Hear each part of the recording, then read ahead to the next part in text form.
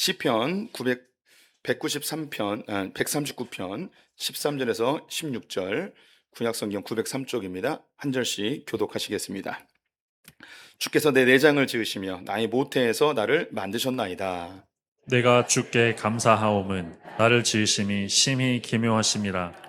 주께서 하시는 일이 기이함을 내 영혼이 잘 아나이다. 내가 은밀한 데서 지음을 받고 땅의 깊은 곳에서 기이하게 지음을 받은 때에 나의 형체가 주의 앞에 숨겨지지 못하였나이다. 내 형질이 이루어지기 전에 주의 눈이 보셨으며 나를 위하여 정한 날이 하루도 되기 전에 주의 책에 다 기록이 되었나이다. 아멘.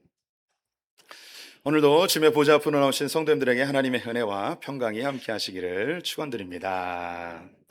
우리 옆 사람과 8월달 인사 말씀 함께 나눠보겠습니다. 생명의 주인은 하나님이십니다. 주인은 하나님이십니다. 감사합니다. 우리 크리스찬 베이직이라는 주제 가지고 기독교 세계관에 대해 함께 살펴보고 있습니다. 기독교 세계관은 크게 네 가지의 주제로 이루어져 있죠. 창조, 타락, 구속, 회복입니다. 하나님께서 이 세상을 아름답고 완벽하고 충만하게 창조하셨는데 인간의 죄로 인해서 세상은 타락하고 지금의 고통과 고난의 세상이 되었습니다. 하나님은 이 세상을 너무너무 사랑하셔서 인류가 고통 가운데 사는 것을 그냥 놔두지 아니하시고 고통의 근본적 원인인 죄의 문제를 해결하기 위해 그의 아들 독생자 예수님을 십자가에 죽게 하심으로 죄의 문제를 단번에 해결해 주셨습니다. 이 예수 그리스도로 인하여서 이 세상은 하나님이 창조하셨던 그 원형의 모습으로 하나하나 회복되어져 가고 있고요. 예수님이 다시 오시는 그날 이 회복은 완성되어집니다. 이 회복은 거듭난 그리스도인들, 즉 교회를 통하여서 2000년 역사 속에서 그 시대에 맞는 회복들이 하나씩 이루어져 가고 있고 지금도 진행 중에 있습니다. 하지만 하나님의 나라가 회복되는 것을 원치 않는 악한 세력들도 있죠. 이 세력은 에덴 동산에서부터 하나님의 통치와 다스림을 거역하게 했던 그 세력입니다. 바로 사탄이죠. 이 사탄은 기독교 세계관의 근본적인 네 가지의 기초를 흔들고 있습니다. 창조에 대해서는 진화론으로 흔들고 있고요. 타락, 죄의 개념에 대해서는 성과 악의 구분을 모호하게 하는 상대주의로 흔들고 있습니다. 또 구원, 구속의 개념에 대해서는 내가 구원을 얻을 수 있는 것처럼 또 나만 구원받으면 된다고 생각하는 개인주의로 흔들고 있습니다. 또 회복에 있어서는 하나님과의 관계의 회복을 통하여 우리의 모든 것이 회복되어지는데 소비주의는 이 회복을 단지 물질적인 회복만으로 우리를 집중시키게 되지요. 어, 하나님께서 이 세상을 아름답게 만들고 회복하여 나가길 원하시는데 그 반대 세력인 사단의 무리가 하나님의 나라가 이루어지지 않도록 또 하나님의 나라가 파괴되도록 끊임없이 공격하는 것을 봅니다. 그래서 두 세력이 이 땅 가운데서 계속 충돌하고 있죠. 이것을 영적 전쟁이라고 이야기합니다. 눈에 보이지 않는 영적 세력 간의 충돌, 전쟁이 일어나고 있다는 것이죠. 사탄은 그 시대에 맞는 하나님의 나라가 이루어지지 못하도록 하는 방해와 공격이 있습니다. 오늘 현대 사회에서 가장 은밀하게 그리고 하지만 아주 치명적으로 우리를 공격하는 방법이 바로 문화 그리고 가치관 세계관의 전쟁 공격입니다. 그래서 우리 성도님들은 이 세상에 흘러가고 있는 문화나 가치관이나 사람들의 사고 체계가 그냥 이 문명에 의해서 저절로 형성되는 것처럼 느껴질 수 있겠지만 우리가 성경을 통해서 쭉 보는 것은 이것은 이면에 있는 하나님 나라가 이루어지지 못하게 하는 악한 세력의 속임수, 즉 영적 전쟁이라는 사실을 우리는 좀 분별해 내셔야 하는 것이죠. 이 시대가 그런가 보다. 사람들이 다 그렇게 사나 보다.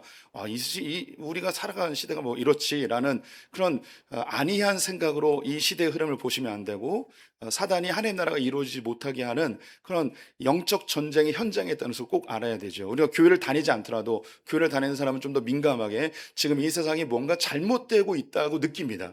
이 세상이 올바른 방향으로 가지 않고 있다는 것을 사람들은 다 느끼고 있죠.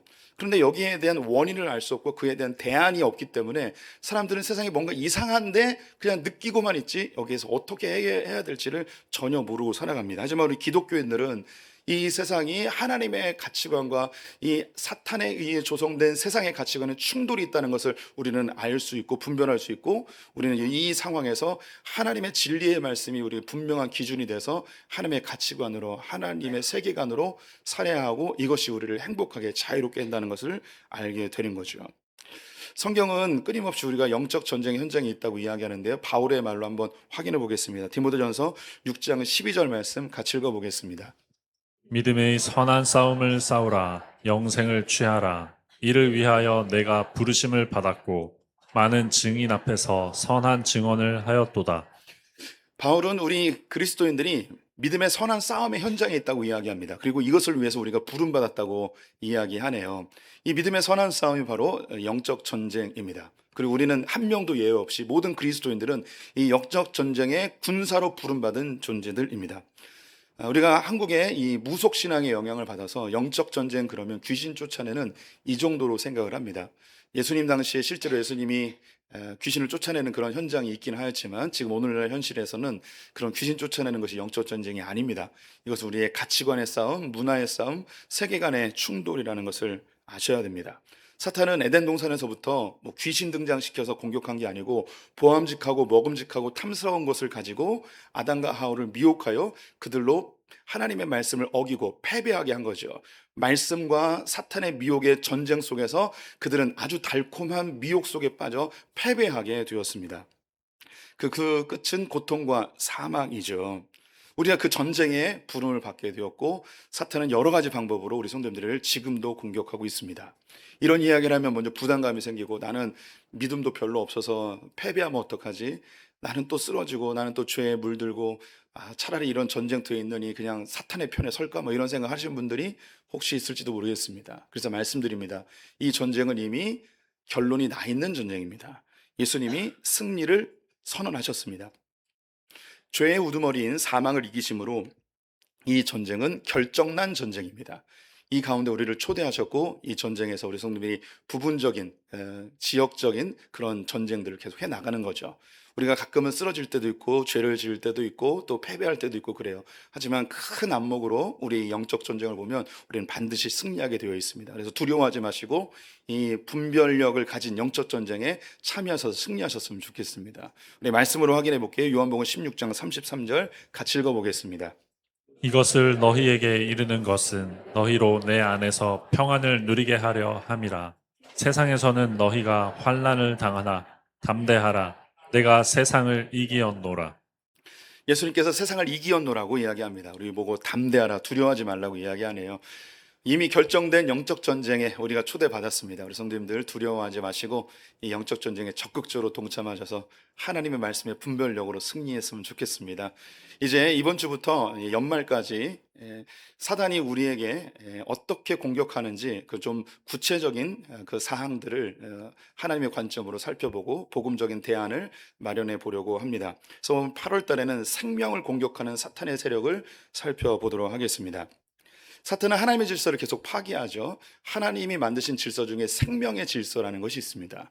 이 질서를 파괴함으로 사람을 고통 가운데 죽음으로 몰아넣는 것이 사탄의 전략인데요. 이것을 분별해낼 수 있어야 됩니다.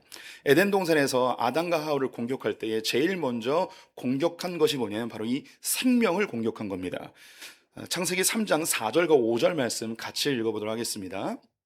뱀이 여자에게 이르되 너희가 결코 죽지 아니하리라. 너희가 그것을 먹는 날에는 너희 눈이 밝아져 하나님과 같이 되어 선악을 알 줄 하나님이 아심이니라. 사탄은 아담과 하와에게 선악과를 먹으라면서 이거 먹어도 너는 죽지 않는다라고 이야기합니다. 생명과 죽음에 대한 이야기로 아담과 하와를 미혹하죠. 너희들 선악과 먹어도 죽지 않아. 오히려 하나님처럼 돼라고 이야기합니다. 이것을 좀 축약해서 이야기하면 생명을 위해서 하나님이 필요 없다라는 유혹입니다. 네가 죽고 사는 것은 이 하나님의 명령을 따르고 안 따르고에 관련된 게 아니야. 이거 안 따라도 하나님의 명령 안 따라도 너희들 충분히 살 수 있어. 이 생명을 위해서 하나님이 필요한 것은 아니야 라고 미혹을 한 것이죠. 이 선악과를 먹음으로 하나님처럼 될 수 있다고 죽지 않는다고 미혹하였지만 그 결국은 고통이었고 죽음이었습니다. 사탄은 끊임없이 인류 가운데 생명력을 파괴하고 사람의 생명을 앗아가는 일을 계속하고 있습니다. 반면에 성경은 모든 생명은 하나님께로부터 왔고 모든 생명은 하나님의 것이라고 이야기하죠. 하나님의 창세기 1장이 바로 이 생명을 만드는 작업이죠. 하나님의 이해에 있어서 이 생명은 너무너무 소중한 겁니다. 그래서 사단은 이 생명을 끊임없이 공격하고 파괴하려고 하는 거죠. 역사 속에서 사탄은 이 생명을 파괴하는 일을 계속해 왔습니다.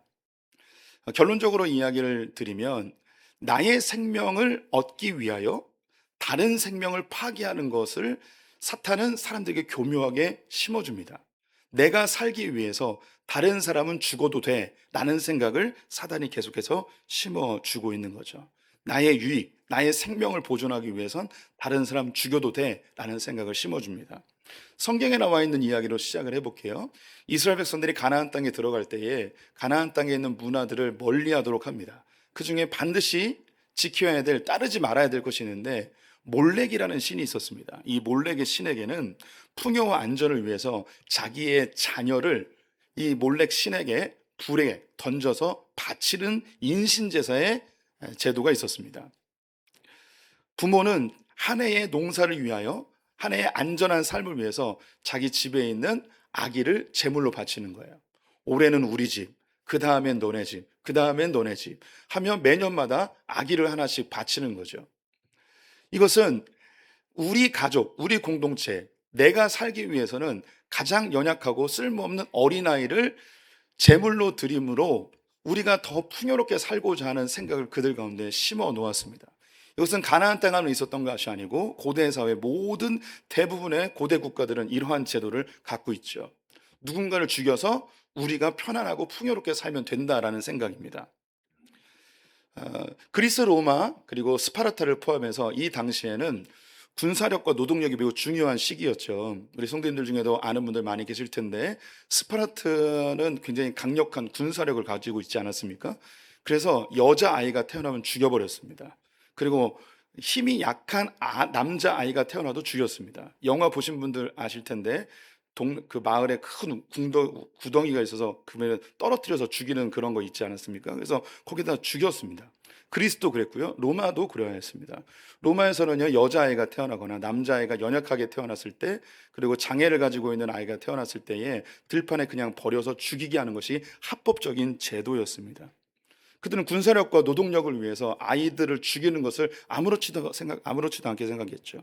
또 참 놀라운 게 그 로마 시대 때 초대교회 성도님들은 그렇게 들판에 벌어진 아이들을 데려와서 양육하는 일을 하였습니다. 또한 여자 아이들을 군사력에 아무 도움이 되지 않기 때문에 그들을 죽이는 일이 있었는데 초대교회는 여자 아이들도 하나님이 만드신 아름다운 하나님의 걸작품이라는 것을 알고 있었죠. 그래서 초대교회가 가지고 있었던 종이나 자유자나 남자나 여자나 모두 하나님 앞에서 동등하다는 것이 주창되었기 때문에 여자아이가 태어나도 그들은 잘 키웠습니다. 근데 시간이 지나면서 로마 사회에서 여자아이들이 그 숫자가 상대적으로 적고요. 또 여자들을 성적 놀이개 정도로 생각했던 로마 사회에서 괜찮은 신부감을 찾는 게 참 어려웠습니다.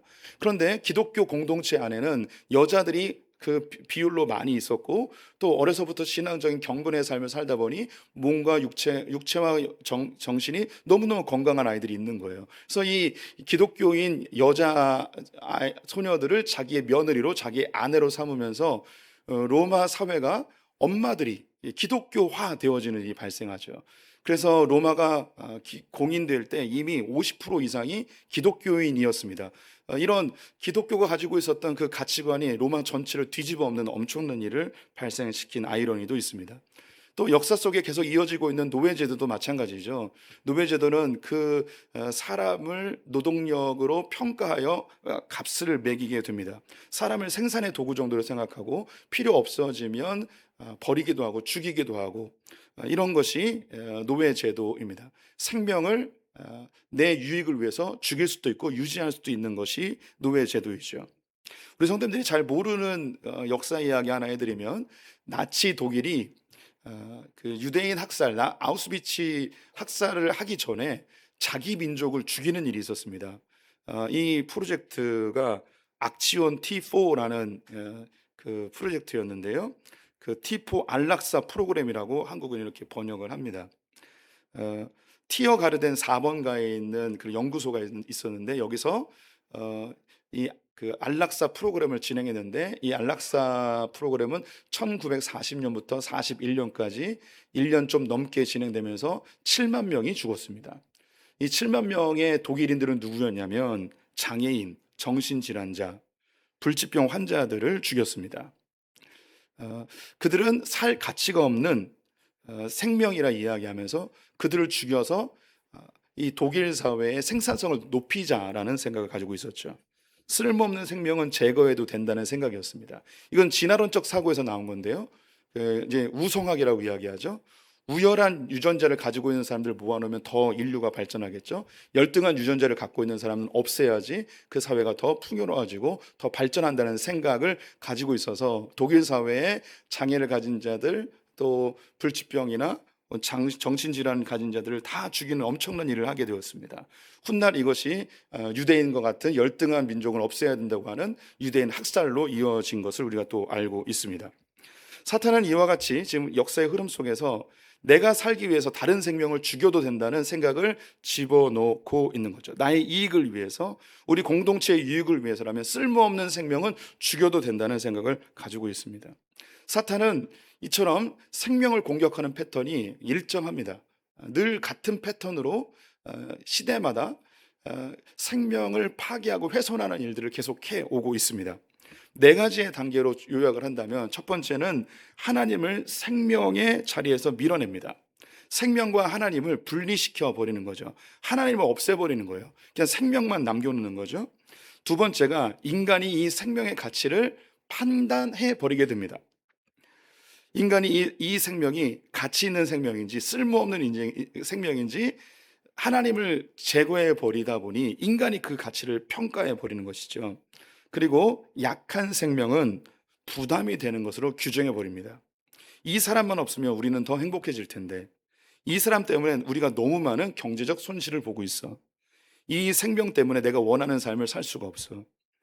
이 사람은 모두의 짐이야 라고 하며 가치 없는 생명을 우리가 짊어져야 될 부담이나 짐 정도로 평가해 버리게 합니다.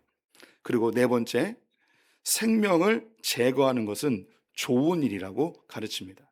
이렇게 부담되고 어렵고 경제적 손실을 가져오는 이 부담되는 생명은 제거하는 것, 이것이 우리에게 훨씬 좋은 일, 유익한 일이야 라고 이야기하는 거죠. 더 나은 삶, 더 나은 사회, 더 나은 문명을 위해서라면 그렇게 쓸모없는 생명은 없어져도 돼 라는 생각을 집어넣습니다. 사탄은 처음부터 사람을 죽여라 라고 한다면 아무도 여기에 따를 사람이 없을 것입니다. 에덴 동산에서 너희들 하나님을 배반하고 죽어 라고 이야기하면 그 누가 선악과를 따먹겠습니까? 사탄은 아주 달콤한 말로 사람을 속입니다. 선악과를 따먹게 할 때도 보암직하고 먹음직하고 탐스럽게 보이게 한 다음에 그것을 먹게 하죠. 그리고 그 끝은 죽음과 고통이었습니다. 그래서 예수님께서는 이 사탄이 하는 일에 대해서 아주 명확하게 설명해 주는 구절이 있는데요. 요한복음 8장 44절 말씀 함께 읽어보겠습니다. 그는 처음부터 살인한 자요 진리가 그 속에 없으므로 진리에 서지 못하고 거짓을 말할 때마다 제 것으로 말하나니 이는 그가 거짓말쟁이요 거짓의 아비가 되었음이라. 예수님께서 사탄에 대해서 두 가지로 명확하게 이야기합니다. 첫 번째는 그는 거짓말쟁이입니다. 그가 하는 모든 것은 거짓말입니다. 그래서 그 거짓말을 통해서 결국 뭘 하냐면 살인하고자 합니다. 사람의 생명을 없애려고 하는 것이죠.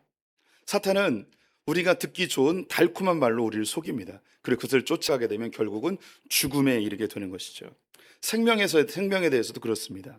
이 생명에 대해 달콤한 말로 이게 훨씬 유익해, 이게 훨씬 좋아 라고 하면서 우리를 미혹하지만 결국 그 끝은 죽음입니다. 그렇다면 오늘날 사탄은 어떻게 이 생명의 질서를 파괴하고 있을까요? 지금 우리가 인신제사를 드리지는 않습니다. 또 노예제도가 있는 것도 아니고요. 또 우리가 여아를 죽이는 그런 문화는 없습니다. 오히려 요즘 시대는 여자아이를 더 좋아하는 시대가 되었죠. 또 인종 말살과 같은 그런 엄청난 사건이 우리 사회에 지금 일어나고 있지 않습니다. 그렇다면 이 사탄은 생명의 질서를 파괴하는 이 일을 멈췄을까요? 사탄은 결코 그렇게 멈추지 않습니다. 오히려 요즘 시대는 더 세련되고 더 보기 좋은 것으로 생명의 질서를 파괴해 나가고 있습니다. 그 듣기 좋은 그 사탄의 달콤한 목소리는 무엇이냐면 자유, 권리, 행복, 풍성한 삶, 선택, 이런 것으로 우리를 미혹하고 있습니다. 성경은 모든 생명이 하나님께로부터 왔고 그 생명은 하나님의 것이라고 이야기하죠. 근데 사탄은 이 생명은 나의 권리이고 나의 선택이고 나의 자유이고 내가 행복하기 위해선 생명을 유지할 수도 있고 버릴 수도 있고 나의 풍성한 삶을 위해서는 생명을 선택할 수도 있고 포기할 수도 있고 이렇게 우리에게 이야기하죠. 자유, 권리, 행복 너무나 아름다운 말들입니다. 그런데 이것이 생명과 결합이 되는 순간 생명을 하나님의 것, 하나님이 내게 주신 것이라고 생각하지 않고 이 생명은 내가 선택할 수 있는 것이고 이 생명은 내가 버릴 수도 있는 권리가 있고 행복을 위해선 생명을 선택하기도 버릴 수도 있는 풍성한 삶을 위해서 생명을 유지할 수도 있고 포기할 수도 있는 것으로 우리에게 교묘하게 이야기하고 있습니다. 우리 성도님들께서 이것을 분별해 내셔야 되죠.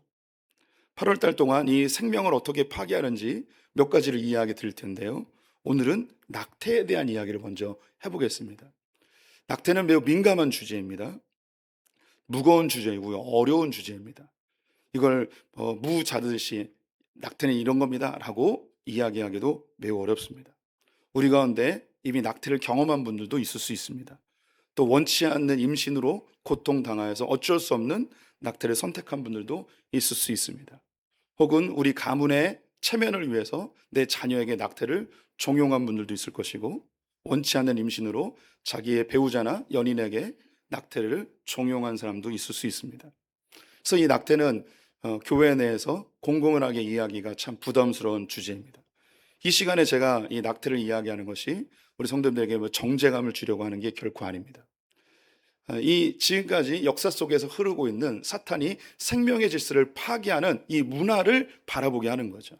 지금 우리 이 사회에 노예제도도 없고 인신제사도 없고 인종 말살도 없고 이런 사회 속에서 사탄은 교묘하게 자유와 권리와 행복과 풍성한 삶이라는 달콤한 것으로 우리를 미혹하여 생명을 내가 선택할 수 있는 것처럼 미혹하고 있다는 사실을 알려드리고 싶은 거죠. 우리 이건 문제입니다. 그런데 대안이 없어요. 하지만 복음은 우리에게 명확한 기준과 대안을 제시해 주죠. 낙태는 분명한 죄입니다. 성경은 모든 생명이 하나님께로부터 왔기 때문에 우리가 함부로 생명을 죽이거나 없앨 수 없습니다. 그렇다고 해서 원치 않는 임신이나 혹은 산모가 굉장히 어려워지는 상황에 놓이는 그런 임신 상태에 있다면 이 낙태에 대해서 우리는 깊이 고민해 볼 필요는 있습니다. 또 우리 공동체 안에 원치 않은 임신을 한 사람에 대하여 우리가 정죄하거나 비판하거나 판단하는 것을 우리가 멈춰야 되겠죠. 이 아이를 낳고 키우는 것에 대해서 원치 않는 임신 속에 아이를 낳고 키우는 것은 굉장한 고통이 따릅니다. 그래서 이것은 공동체가 그리고 가족이 그리고 본인이 그리고 사회적 구조 속에서 이걸 해결해 나가야 되는 방향이 필요한 거죠. 낙태죄를 없애서 해결하는 것이 아니라 이 원치 않는 임신을 통하여서 얻어진 이 아이를 이 사회 공동체가 그리고 교회가 지역이 그리고 한 개개인이 어떻게 키워나갈 것인가 이걸 더 고민해야 되는 것이 우리의 방향성이라고 이야기하겠습니다. 참 이 시대에 웃지 못할 역설이라고 할 수 있겠는데요. 우리나라는 급격한 출산율의 저하 시대에 살고 있습니다. 인구 감소 시대라고 이야기하죠. 이러다가 우리 다 망한다. 대한민국이 없어진다. 뭐 몇십 년, 몇백 년 있으면 한국은 역사 속에 사라질 거다. 아이를 낳아야 된다. 뭐 이런 구호를 만들어서 권장하고 있습니다. 국가에서는 출산 장려금을 주기도 하고요. 다자녀 혜택을 주기도 하고 신생아 특별 대출 뭐 이런 것도 하기도 하고요. 지자체에서 뭐 몇백만 원에서 몇천만 원까지 출산 장려금을 주는 것이 오늘날의 현실입니다. 그러면서 아기를 낳으래요. 아기를 낳으라는 이렇게 돈을 주면서 특별한 혜택을 주면서 아기를 낳으라는 이유가 뭘까요? 예. 아기가 국가의 미래랍니다. 인구가 국력이라고 이야기하죠. 왜 아기를 많이 낳으라고 할까요? 그 이유는요, 많이 들어보셨겠지만, 아기를 낳지 않으면 노동력이 없어진대요. 아기를 낳지 않으면 지금 우리 기성세대가 20, 30년 후에 연금을 못 받는데요. 이 아이들이 태어나서 연금을 내줘야지 우리가 먹고 살 수 있다는 거죠. 아이들이 태어나야지 노동력이 확보됨으로 경제가 살아난다는 거예요. 우리 성도들 잘 보세요. 지금 이 국가가 아기를 낳아야 된다고 이야기하는데 아기를 낳는 이유가 뭐냐면 이 아기에 대한 존귀함, 아기의 생명에 대해서 아무 관심이 없고요. 아기를 낳아야만 국가의 경제가 살아난다는 거예요. 생명을 어떻게 보냐면 지금 우리가 잘 먹고 잘 살기 위해서 아기를 낳아야 된다는 거죠.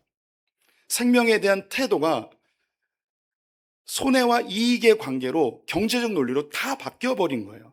이 악한 사단의 이 교묘한 속임수를 보셔야 돼요. 아, 그렇지. 우리가 먹고 살려면 아기 낳아야지. 우리도 이미 기독교인들도 여기에 다 물들어 있어요. 아기를 낳는 이유가 미래의 노동력을 위해서 낳는다는 이 시대. 뱃속에 있는 그 생명이 누구인지 아무 관심이 없고 어떻게 이 아기가 태어나게 되었는지 아무 관심이 없이 그냥 무조건 아기를 많이 낳아서 국가의 경쟁력을 높여야 된다라고 이야기합니다. 근데 더 웃긴 건 뭐냐면 이렇게 아기를 많이 낳으라고 하면서 2019년에 낙태죄가 헌법 불일치로 효력 정지가 되었습니다. 그래서 지금은 낙태를 해도 처벌을 받지 않습니다. 지금까지 이 낙태죄에 대한 구체적인 법안이 만들어지지 않아서 그냥 그렇게 효력 정지 상태로 낙태죄가 처벌받지 않고 있습니다. 정부에서 2020년도에 한국에서 벌어진 낙태 건수를 조사했는데요. 정부에서 조사한 거예요. 3만 2천 건이었습니다. 2020년도에 조사하고 지금까지 한 번도 조사를 하지 않았습니다. 그것이 전반적으로 다 조사가 되면 사람들에게 충격을 받을 수 있기 때문이죠. 산부인과 의사회에서 조사한 결과 하루에 300건이 이루어지고 있다고 합니다. 연간 10만 건의 낙태 수술이 이루어지고 있다고 합니다. 지금은 임신한 여성이 줄어들었고 그래서 이것도 줄었고요. 그 이전에는 아기를 우리가 많이 낳을 때 있었잖아요. 그때는 한 해에 100만 건의 낙태 수술이 벌어지고 있었습니다. 이런 것을 공개하지 못합니다. 엄청난 숫자이기 때문에 사람들에게 충격이 있으니 나라에서는 아직 공개를 하지 않고 있죠. 참 놀라운 게 낙태가 허용되고 있는 나라가 전 세계 77개국 정도 되거든요. 근데 그 나라를 한번 살펴보시면 좋을 것 같은데 그 나라들의 공통점이 뭐냐면 거의 다 기독교 배경의 나라들입니다. 우리 성도들이 이거를 분별할 수 있어야 돼요. 진화론, 상대주의, 개인주의, 소비주의 이 모든 것, 오늘의 이 낙태까지 이 모든 흐름들이 어디에서 일어나냐면 다른 종교의 배경 속에서는 일어나지 않아요. 기독교 배경의 사회에서만 이런 일들이 일어나요. 이게 바로 하나님의 나라가 이루어지지 못하게 하는 악한 세력의 공격이라는 것을 우리 성도들이 분별해낼 수 있어야 합니다. 그냥 낙태죄 폐지될 수도 있지. 아유, 낙태처럼 아기가 소중한데 이거 살려야지. 이런 옳고 그름의 문제나 무 자르듯이 이거 옳아 틀려 이런 개념이 아니고 이 배경 속에 사탄이 얼마나 이 하나님이 창조하신 창조의 질서를 파괴하고 있는지 이 흐름을 볼 수 있어야 하는 것입니다. 낙태를 했거나 낙태를 원하는 여성들에게 왜 낙태를 하고자 하는지 설문을 하였습니다. 여성들들 대부분 동일하게 느낄 텐데 1등이요. 경제적 문제였습니다. 아기가 낳으면 더 먹고 살기 어려워지기 때문에 아기를 안 낳는다는 거예요. 두 번째는 자신의 삶을 위해서 학업이나 자기의 직업을 유지하기 위해서 아기를 낳을 수 없다는 거죠. 세 번째는 결혼을 원치 않거나 자녀를 원치 않기 때문에 아기를 낳지 않는다고 이야기합니다. 여기에 그 어디에도 그 아기의 생명에 대한 소중함은 다 없고요. 나의 행복, 나의 선택, 나의 자유, 나의 삶 이것만 있는 거죠. 그래서 지금은 낙태라고 이야기하지도 않고 임신 중지라고 이야기합니다. 이전에 우리의 가치관은 뱃속에 있는 아기의 생명에 관심을 가졌는데 지금은 여성들의 임신 자율권을 더 보장해 주자고 임신 중지라고 이야기합니다. 여성들의 자기 선택권을 더 보장하는 사회가 되어버렸죠. 생명은 중요하지 않습니다. 나의 선택, 나의 권리, 나의 행복. 너무 아름답고 탐스러운 말들입니다. 하지만 이 언어들 속에 생명이 무엇인지, 생명이 어디로부터 왔는지에 대해서는 전혀 고민이 없습니다. 오늘 성경 말씀에는 다윗이 자신의 생명에 대한 예찬을 하고 있는데요. 13절과 14절 말씀 함께 읽어보도록 하겠습니다. 주께서 내 내장을 지으시며 나의 모태에서 나를 만드셨나이다. 내가 주께 감사하옴은 나를 지으심이 심히 기묘하심이라. 주께서 하시는 일이 기이함을 내 영혼이 잘 아나이다. 다윗은 하나님께서 자기의 눈에 보이지 않는 내장까지도 주님께서 다 지으셨다고 이야기합니다.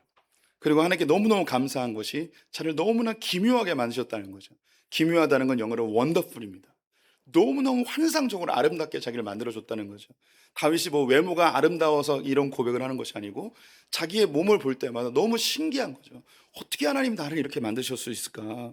라고 하며 하나님께 감사하다고 찬양하고 있습니다. 자기의 생명 자체를 하나님께 너무 감사하고 있죠. 우리는 다윗의 생애를 조금 알고 있습니다. 다윗은 이세의 아들 중에 막내로 태어났습니다. 그는 부모님과 그 위에 있는 형들에게 완전히 무시당하는 인생을 살았습니다. 인간 취급을 받지 않았습니다. 태어나지 말았어야 될 인생이라고 평가받았습니다. 또한 사울에게 10년 동안 쫓김을 당하며 그는 모든 백성들로부터 외면당하는 인생을 살았습니다. 그쯤 되면 그 다윗의 마음속에 무슨 생각이 들까요? 나는 태어나지 말았어야 되나 보다. 나는 괜히 태어나서 집안의 형들에게 부모님에게 짐이 되는 존재가 되었구나. 아무도 나를 좋아하지 않는구나 라는 생각을 하지 않겠습니까? 우리 성도님들 중에서도 그 태어남에 있어서 축복받지 못하고 태어난 분들이 우리 가운데 있을 수 있습니다. 뭐 그냥 농담 삼아 하는 얘기 있잖아요. 아이고 니네 아버지가 그때 술만 안 마셨으면 네가 태어나는 게 아닌데 뭐 이런 얘기 하지 않습니까? 야, 너 때문에 내 인생 꼬였어. 네가 들어서지 말았어야 되는데 너 원래 내 계획이 없던 아이야. 근데 네가 왜 태어나고 내 인생이 힘들게 하니? 이런 얘기를 듣고 자란다면 그의 정체성이 어떻게 될까요? 자존감이 어떻게 될까요? 난 쓸모없는 인생이구나. 나는 필요 없는 존재구나. 내가 태어나서 우리 부모님이 힘들게 하였구나. 차라리 죽어버릴까? 나는 이렇게 태어나서 사느니 그냥 없어지는 게 낫지 않을까? 이런 생각을 왜 안 하고 살겠습니까? 그런데 다윗은 지금 오늘 뭐라고 고백하냐면 주님, 나를 만드신 분이 주님이시군요. 주님께서 나를 너무 기묘하게 원더풀하게 나를 만드셨군요. 주님 너무너무 감사합니다. 이런 고백을 어떻게 할 수 있을까요? 그것은요, 이 생명이 하나님께로 왔다는 이 신앙의 기초에서 나오는 거죠. 우리 엄마 아빠가 잠자리에서 성관계로 만들어진 게 아니고 하나님이 나를 만드셨구나, 나를 너무너무 소중하게 만드셨구나, 이런 생각을 품게 되는 거죠. 이어서 다윗의 고백을 더 들어보겠습니다. 15절 16절 말씀 같이 읽어보겠습니다. 내가 은밀한 데서 지음을 받고 땅의 깊은 곳에서 기이하게 지음을 받은 때에 나의 형체가 주의 앞에 숨겨지지 못하였나이다.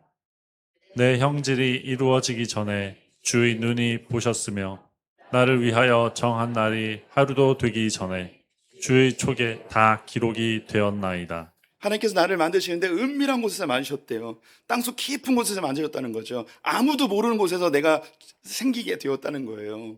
하나님이 아무도 모르는 그 오래전에 창세전부터 나를 이 땅 가운데 보내기 위해 나를 조성하셨다는 고백을 하고 있는 겁니다. 그리고 하나님께서 내 형체가 만들어지기 전, 내 형질이 구성되기 전에 이미 나를 다 하셨고, 어떻게 만들고 어떤 성향이고 어떤 속성과 어떤 성질을 갖고 있는지 주님이 이걸 조성해서 어머니의 뱃속에 나를 싹 넣어줬구나. 엄마 아빠의 잠자리가 아니고 하나님 나를 만드셔서 아무도 모르는 그 깊은 곳에서 나를 만드셔가지고 이곳에 나를 쑥 집어넣으셨구나. 여기서 형질이나 형체는 DNA라고 요즘 표현할 수 있어요. 하나님이 나를 어떤 모습을 만들지 그 정자와 난자 속에서 하나님이 나의 이 DNA를 그 안에 싹 집어넣으셔서 이렇게 만드셨구나. 정말 놀랍게 만드셨구나. 그리고 더 놀라운 고백이 있습니다. 내가 어머니의 뱃속에 그 조성될 때 그 수정되는 그 시기에 그 이미 이전에 주의 책에 나를 기록해 두셨구나. 하나님이 창세전부터 나를 예정하시고 이 땅 가운데 보내시기로 결정하여 나를 이렇게 만들어 주셨구나. 어떤 아이들은 그 어머니의 뱃속에서 성장하는 과정과 혹은 출산하는 과정 속에서 장애를 갖고 태어나는 경우도 있어요. 그게 감당하기 어려운 상황에 놓을 수도 있겠죠. 하지만 우리 성도님이 기억해야 될 것은 우리의 육신이 이 땅에서 잠시 있다 사라질 것이고 그 안에 있는 영혼이 잘 조성되어서 영원한 천국으로 살아가게 되어집니다. 이 인류의 죄로 인하여서 인류의 이 고통으로 인해서 어쩔 수 없는 장애를 가지고 부족한 상태로 태어날 수 있지만 그것이 전부는 아니에요. 하나님의 실수도 아니고요. 우리에게 정말 중요한 하나님의 육신 속에 담겨있는 그 영혼을 하나님이 아름답게 보석처럼 만드셔서 저 영원한 천국을 데려가는 게 목적이죠. 이건 잠시 있다가 가게 될 우리의 육신입니다. 그리고 하나님이 그 천국 갈 때 신령한 육체로 하나님이 원래 디자인했던 그 완벽한 빛의 형상으로 우리를 회복시켜서 가게 될 거예요. 우리는 너무너무 소중한 존재입니다. 하나님 우리를 천하보다 귀하다고 이야기하십니다. 제 사진 하나 보여드릴게요. 페미니스트들이 주창하는 표어인데요. My body, my choice라는 푯말입니다. 내 몸은 내가 선택한다는 거예요. 이건 페미니스트들이 낙태죄 반대 운동을 하면서 부르짖는 구호입니다. 내 몸이니까 내가 선택하겠다는 거예요. 내 속에 있는 아기는 내 몸의 일부이기 때문에 이걸 살릴지 죽일지는 내가 선택하겠다는 것입니다. My body, my choice. 근데 이 my body라는 이 말을 하신 분이 역사 가운데 한 명 더 있으세요. 그분이 바로 예수 그리스도신데요. 그분이 십자가를 지기 직전 제자들과 마지막 만찬을 하시면서 이렇게 이야기하십니다. 이것은 너희에게 주는 내 몸이라. This is my body 라고 이야기합니다. 낙태를 이야기하는 사람들은 이것은 내 몸이기 때문에 살릴지 죽일지는 내가 선택하겠다. 이것은 내 몸이기 때문에 나의 행복을 위해 아기를 죽이겠다 라고 이야기합니다. 예수님께서는 이것은 내 몸이다. 너희를 살리기 위해 내 몸을 죽이겠다 라고 말씀하십니다. 생명을 탄생시키고 키우는 것에는 엄청난 희생과 노력이 필요합니다. 우리 저와 성도님들을 주님께 살리기 위해 하나님께서는 자기 아들을 죽이시며 우리를 구원해 내셨습니다. 우리도 한 생명을 키우는 데 있어서는 결코 그냥 저절로 자라나지 않습니다. 우리 성도님들의 열정, 재정, 시간, 우리 성도님들의 많은 것들을 희생하며 생명을 키워내야 합니다. 근데 이미 우리는 예수 그리스도의 그 생명의 내어주심을 통하여 우리가 새로운 생명을 얻었기 때문에 우리는 그 수고를 감당하기로 결정한 자들입니다. 말씀을 맺겠습니다. 사탄은 끊임없이 하나님의 생명의 질서를 파괴하려고 합니다. 이 시대에는 자유, 권리, 행복, 선택 등이라는 달콤한 말로 사람들을 속이고 있습니다. 생명은 하나님의 것입니다. 하나님께로부터 왔습니다. 우리에게 주어진 생명, 하나님 안에서 조금 힘들고 어렵고 재정적인 손해가 있을지라도 주님이 나를 위해 생명을 아낌없이 내어주신 것 기억하면서 생명을 잘 돌보고 키워내는 우리 성도님 되시기를 주님의 이름으로 축원드립니다. 우리 함께 찬양 한 장 하면서 설교를 마무리하겠습니다.